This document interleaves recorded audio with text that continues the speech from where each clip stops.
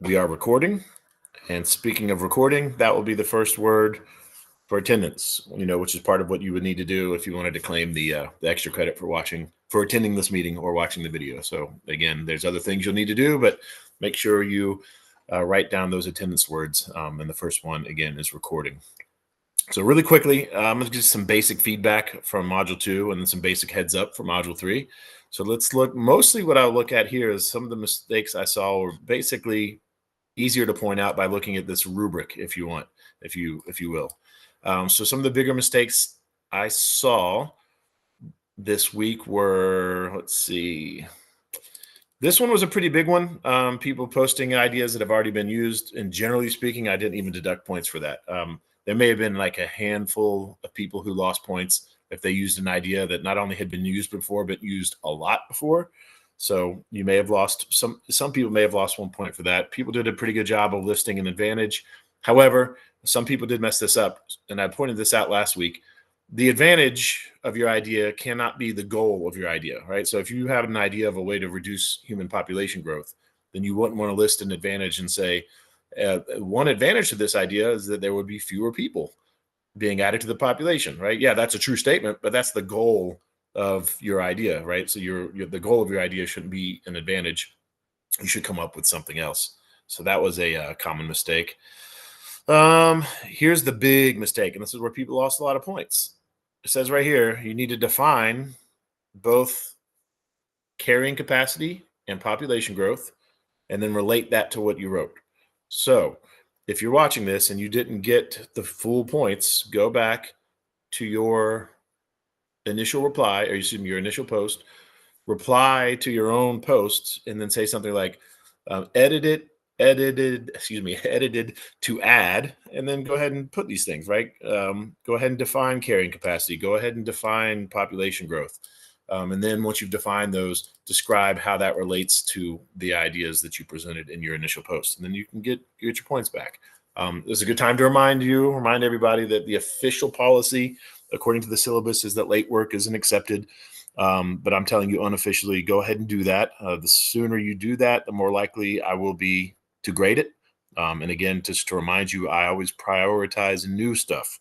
So if you turn in something like this, where you're fixing an old mistake, I'll get to it when I can, but I will always prioritize new stuff before I get to that. And also, I grade these things and regrade them in the order in which they were received, right? So if you send me something today where you redid this, you're more likely to have it regraded than somebody who sends it to me, or posts it, 5 days from now, right?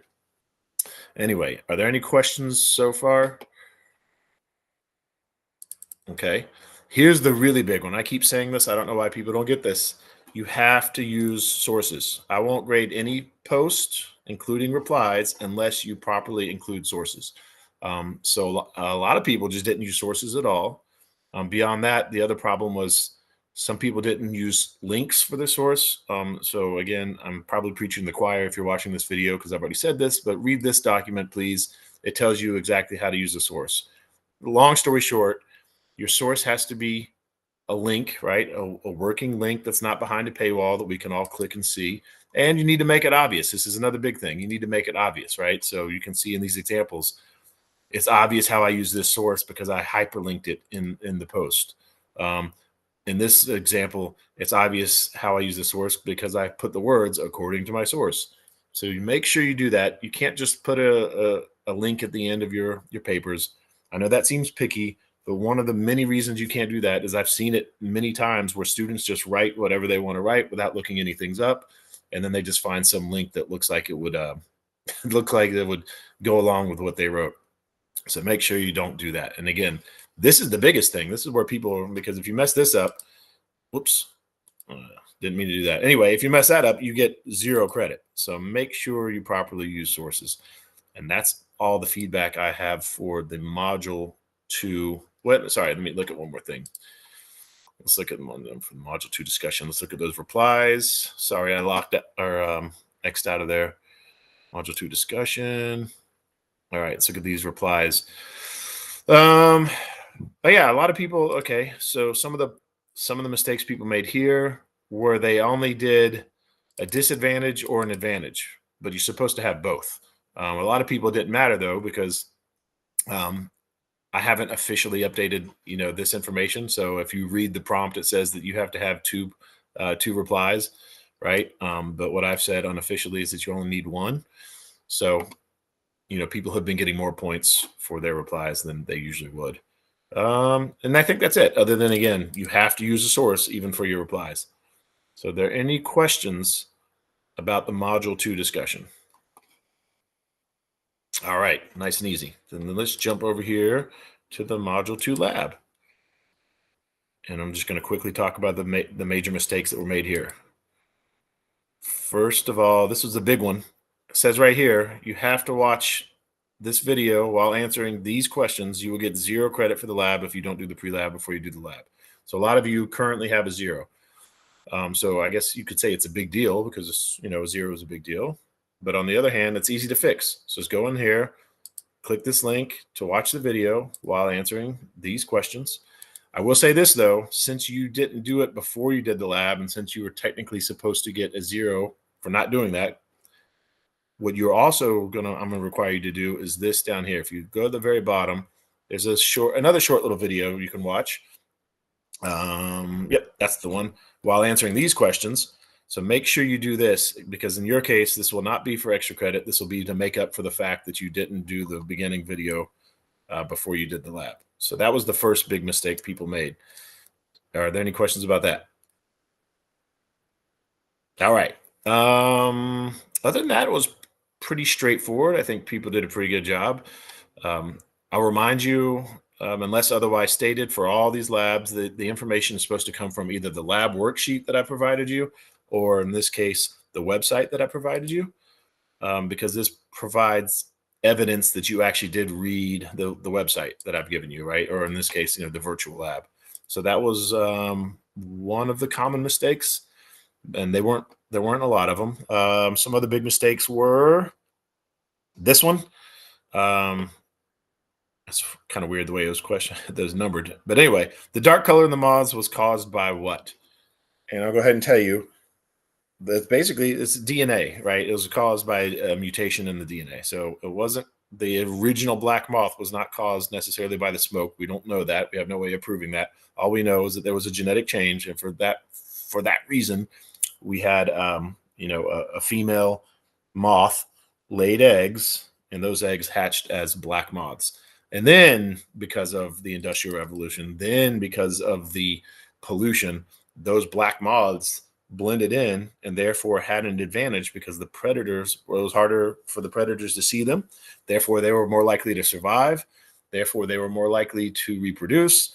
Therefore, more and more offspring would be born or hatched, if you will, with that color. And therefore, the population would change over time. Which brings me to another common mistake, was this one right here. Basically, the answer to this question is no. Based on the information in this lab, if there's no predators going after the moths, then there's no advantage to being dark. Therefore, the dark moths are not going to survive any more than the light moths. Therefore, there would be no reason to push the population either towards being light or being dark, right? The pollution doesn't matter. The only reason the pollution mattered was because it provided, the pollution plus their darkness provided an advantage from hiding from the predators. So without the predators, there is no advantage. Of course, if you dive deeper into it, there are other ways things evolve. But again, according strictly to the information in this website, that is the answer. I think that was it. Once again, I'm probably preaching to the choir here, but don't forget your screenshots. This is a very common thing in these labs because, again, it provides evidence that you did the work. And all you need to do is just highlight where you want to do it, hit insert, image, upload from your computer. That's the easiest way. Of course, if you want to find another way to do it, that's fine, but you need to provide screenshots when it says to provide screenshots. I think that was it for Lab 2. That's the big stuff I saw in Lab 2. So are there any questions about Lab 2? All right, nice and easy. Don't even need to talk about Quiz 2 or Exam 2. I would just mention this, or reiterate this. For any quizzes, you can retake the quizzes as many times as you want. It's an unlimited number. And the way it's graded is it's always your highest grade. So, the quizzes are also a good way to study for the exam. So if you get a score 20, like the full credit on one attempt, and then you just do it again just for the practice of it, and then you score 15, you're going to keep that higher 15. Excuse me, the higher 20. So yeah, please retake those quizzes as many times as you need until you get the full credit. As far as the exams are concerned, I have a feeling some people were not aware of this, but this is also a good reminder. Make sure you keep an eye on the announcements, because you can see in one of the announcements when I welcomed you to Module 2, you can see here. Let's see. No, that's not it. That's not it. Online for office hours today. Join me online. No, that's not it. Welcome to Module 2. Yep. Here he is. Here it is, right? So on Tuesday, I shared the study guide. So, make sure to keep an eye on the announcements. Speaking of which, announcements is the next word for attendance, to help you get that extra credit if you want to claim that extra credit when we're done. So yes, keep an eye on the announcements. I can't reiterate that enough, because everything so far that I've mentioned in this video, and probably most things I'm going to mention in this video, can be found right here in the announcements. And then I guess one more time, since I'm here anyway, I want to reiterate this link that we're using right now for this meeting is also the link that I use to do lectures for my 101 course. It's also the link that I use for office hours. Please, please, please visit me before you upload something. Let me please take a look at your assignment. It can be very quick. I could just say, all right, this needs fixed, this needs fixed, that needs fixed.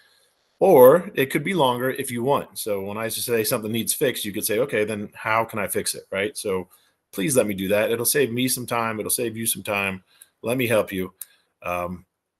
I'm generally online all day, between 7 a.m. and 4 p.m., but I can make exceptions and try to meet you after those hours. Whew. All right. So that's it for Module 2 stuff. Does anybody have questions about Module 2 stuff before I briefly talk about what to expect for this upcoming Module 3? All right. This is really nice and easy, right? We're moving quickly through this. All right. Module 3 discussion. Here we go. So let's see. What are we talking about here? Okay. So this one is, once again, we're talking about the effect of human population growth on the environment. But in this case, we've kind of left carrying capacity behind us. And now we're focused on, all right, what should the government do? And you can read here, and I'm not going to waste your time doing it, but basically there's challenges, right? There's pros and cons of a growing population, or excuse me, a population that's growing rapidly. And then there's pros and cons of populations that are not growing as rapidly. So it's up to you to decide what you think the government should do, if anything, and then explain that. Obviously, let's make this clear. When I said that there's pros and cons, there are pros and cons, and it's not all about biology, right? There's also socioeconomic things to worry about, and stuff like that. And you can write about that, but make sure, since this is an environmental biology class, you have to at least mention, or excuse me, focus on the environment, right? So you can mention other stuff like the economics of a shrinking population, for example, but you still need to focus on biology, but only because that's the purpose of this course. Another thing to point out, this is a common mistake, is we are talking about worldwide human population growth, right? So I've seen a lot of people talking about how West Virginia's population is declining and how they have some ideas of how to help that. But as far as the worldwide population growth, unless you dig really deep into it, that's pretty much useless, right? It doesn't matter. I mean, it's something that West Virginia needs to worry about, but in the context of this particular discussion, it doesn't matter, right? A human on Earth is a human on Earth and is going to be using resources. And again, if you could make an argument, a different argument, but you'd have to dig pretty deep to do that. And you can if you want, but just focus on that, right? Focus on the fact that we're talking about worldwide human population growth. So please, unless you dig really deep and make some really good points, please don't try to talk about, the declining West Virginia population or perhaps the immigration issues that the United States is addressing or dealing with, right? Focus on worldwide human population growth. Another thing I want to mention too is we are, again, talking about worldwide human population growth. So what we're not talking about is, where is it up? we're not talking about reducing human population, right? We're not talking about killing people. We're talking about reducing human population growth. So, for example, let's say, actually, I don't even know. Let's look it up really quickly.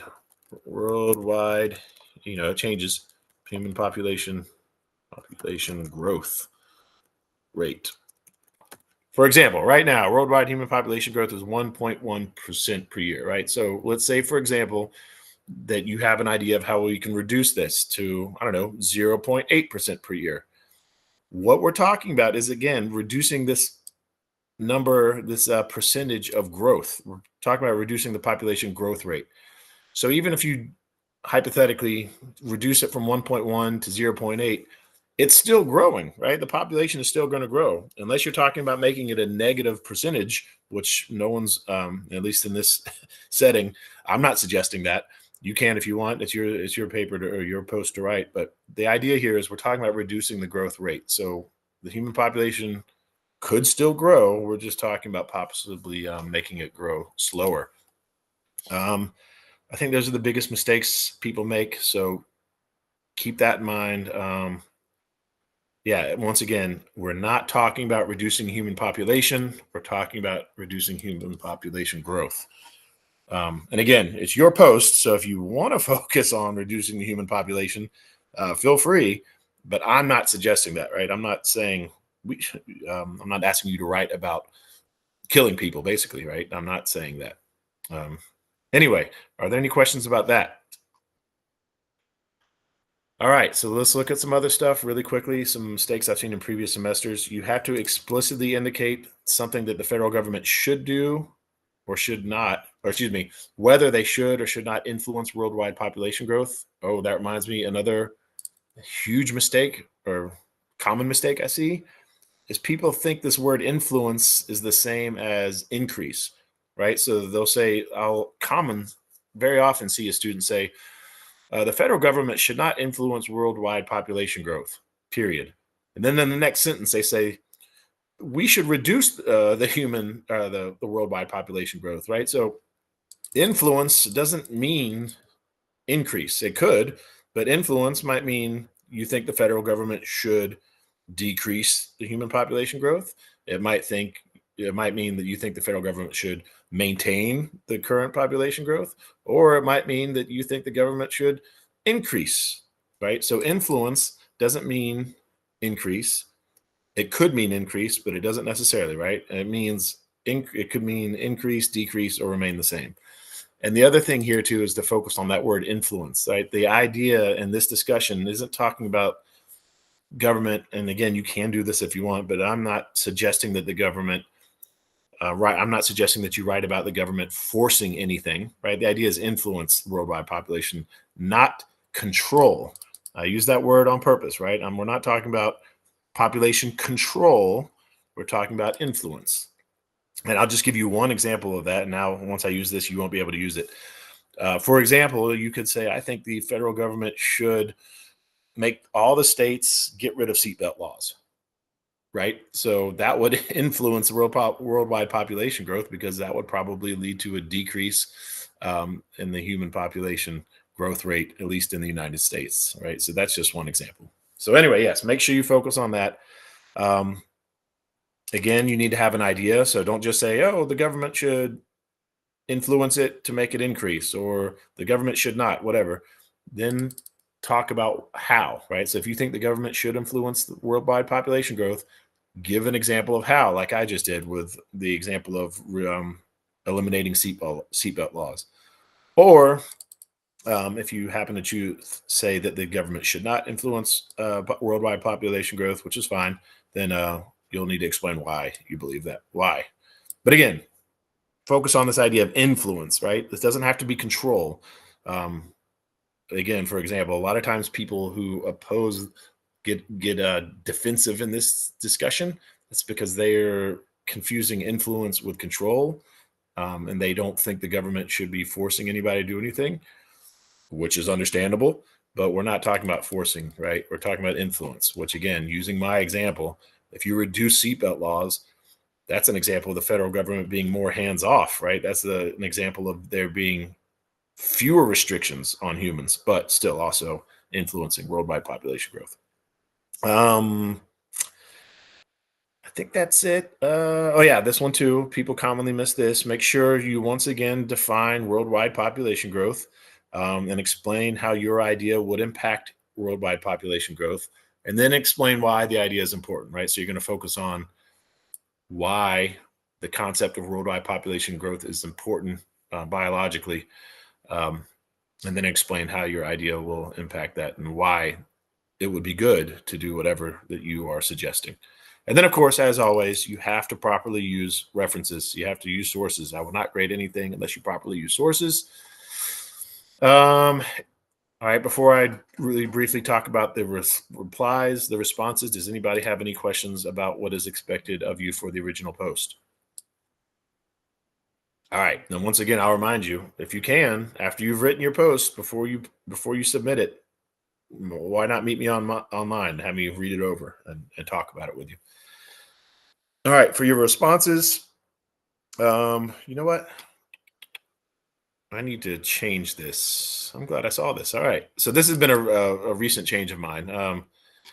I used to have this as where you had to write a letter to your senator, um, in a written letter, formal letter format, but I've changed that and I fixed it here, but I didn't fix it here. So if you're watching this video, that's good. Now you have an advantage.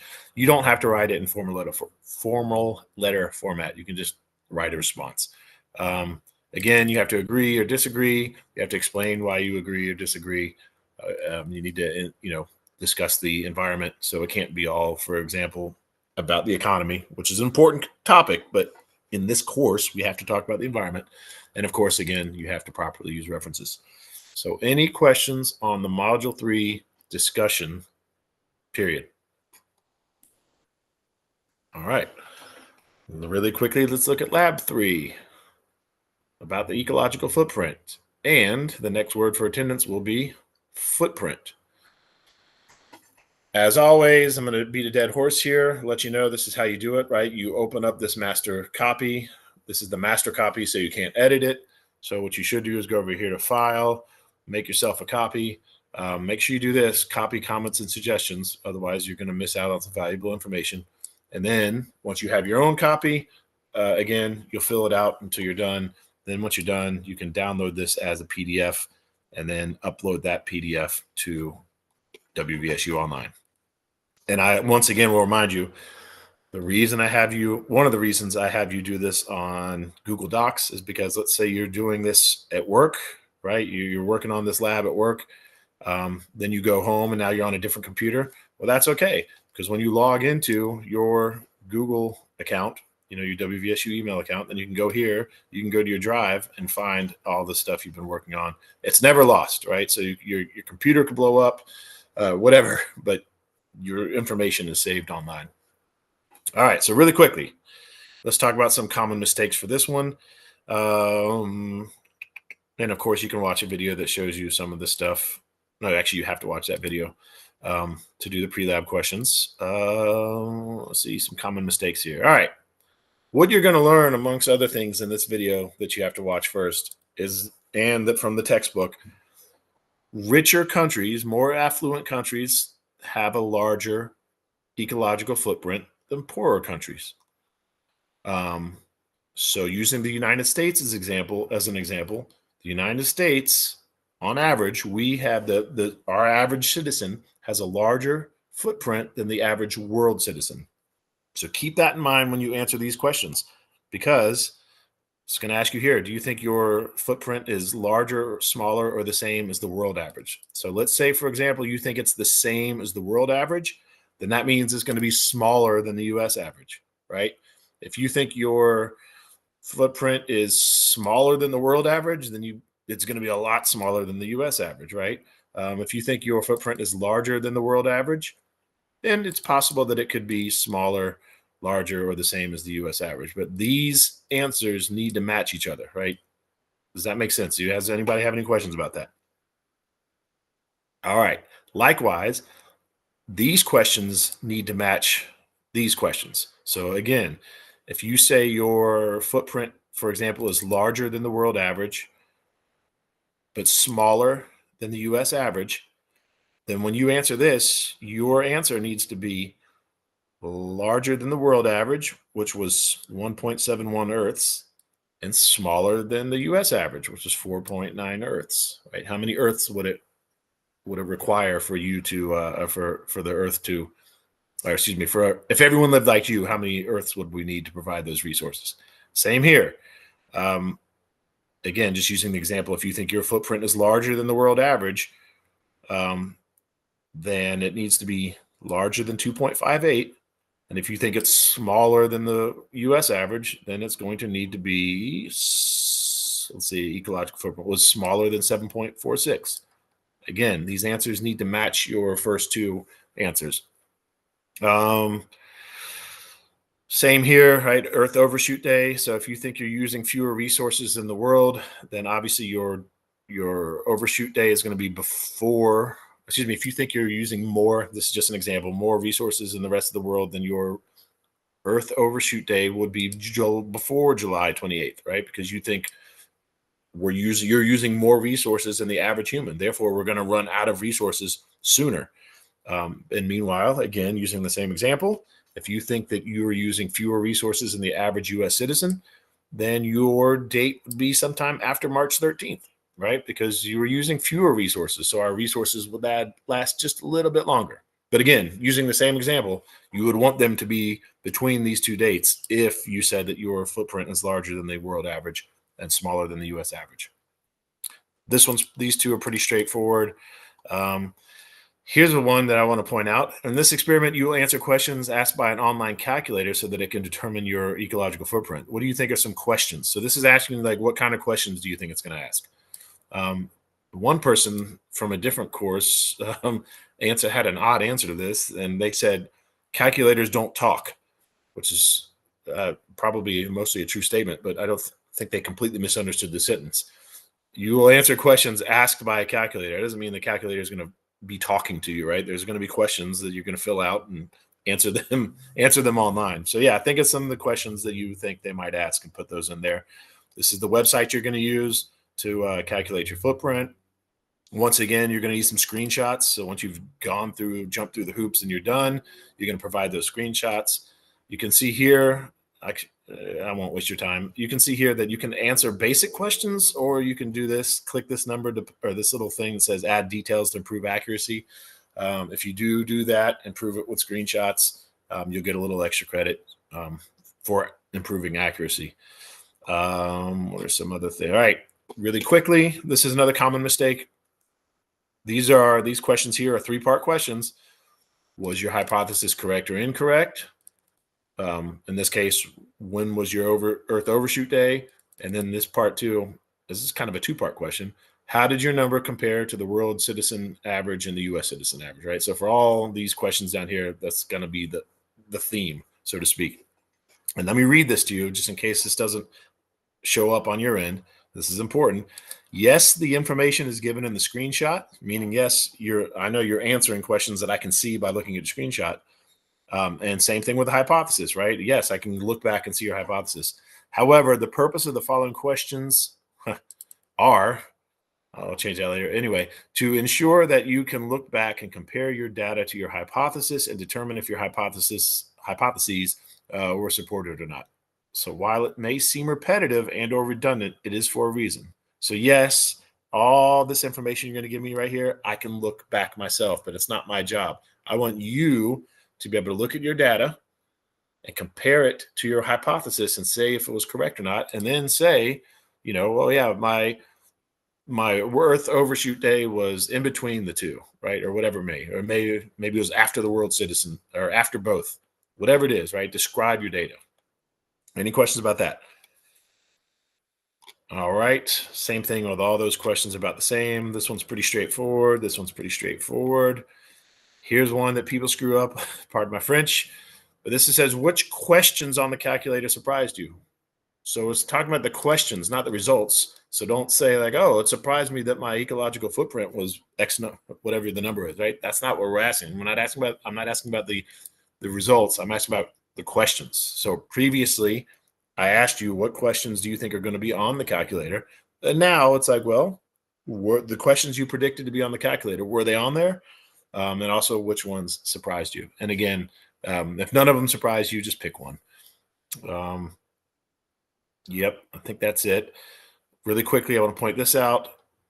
Once you finish the calculator, this is the data that it's going to give you. It's going to give you your ecological footprint as a GHA, and you can almost think of that as acreage.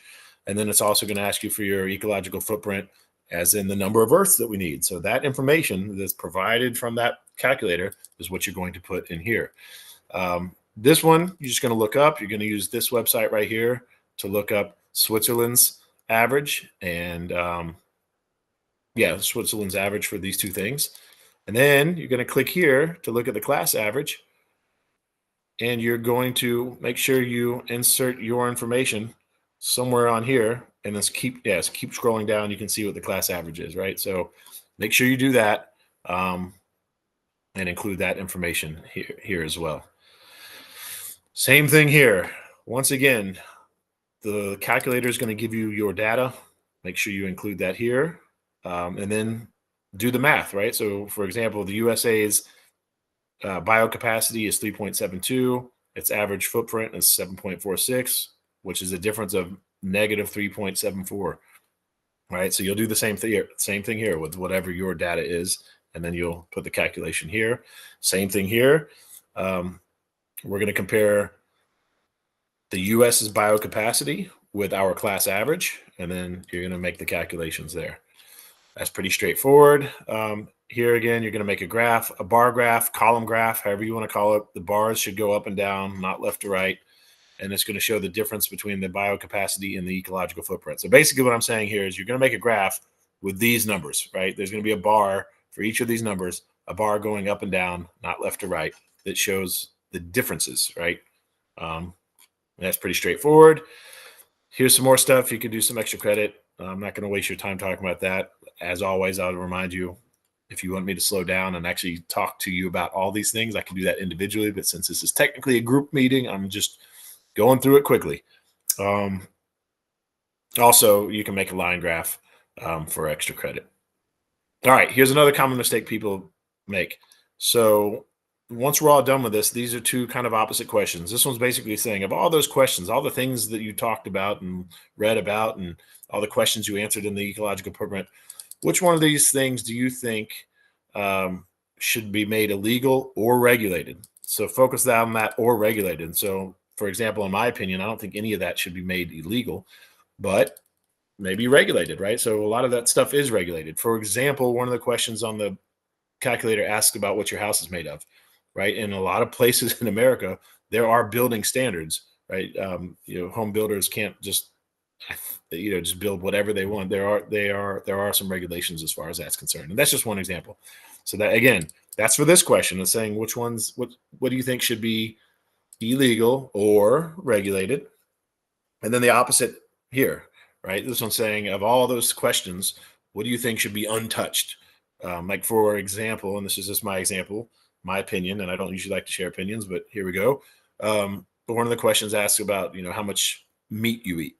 And in my opinion, that should be completely legal, definitely, and also unregulated. I don't think the government should be regulating what people eat.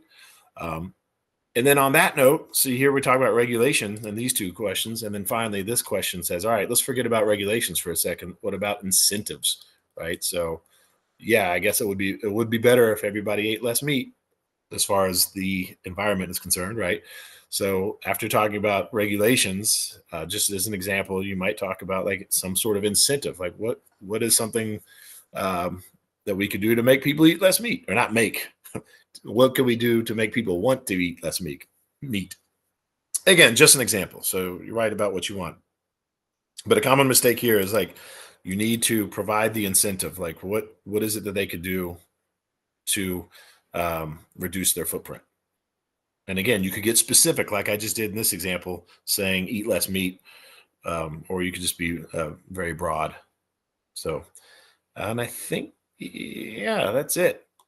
That means we are done talking about everything unless you have questions. So, do you have any questions? All right. Once again, I'll beat this dead horse and reiterate it. Please let me help you. Meet me online.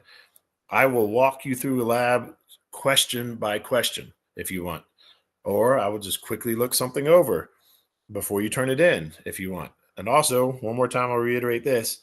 Now that we're done, for example, with module 2 and module 1, you can meet me online and I will give you thorough feedback on your assignment, so you can learn. I want you to learn from your mistakes.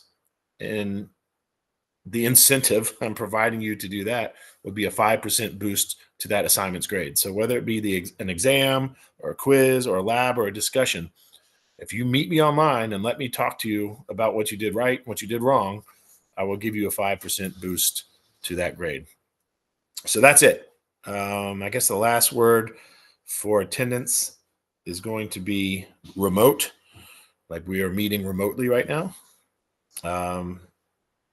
Yep, that's the last word for attendance. So I guess one more thing then, since I don't know if you're just showing that just to make sure that you heard it correctly, but yes, it is remote. But one more thing I'll show you to get your extra credit points. This is what you need to do. It tells you everything you need to do, right? So we are meeting right now for the week 3. So I am going to put the video here when it's done. And these are the things you need to do. List all the attendance words that I just gave you. So you're going to send that. You're also going to describe the video, right? So just put yourself in my shoes, write enough information where like, oh, they clearly must have been in the meeting or watched the video. Otherwise they wouldn't know that. And then finally, come up with a question. Right. So even if you think you understood everything I just said, in your email, ask me a question about this information. And that's it. So if you don't have any more questions, I'm going to put myself on mute and then you're free to go, but I'm going to stay online just in case anybody needs me. But we are now officially done with the meeting.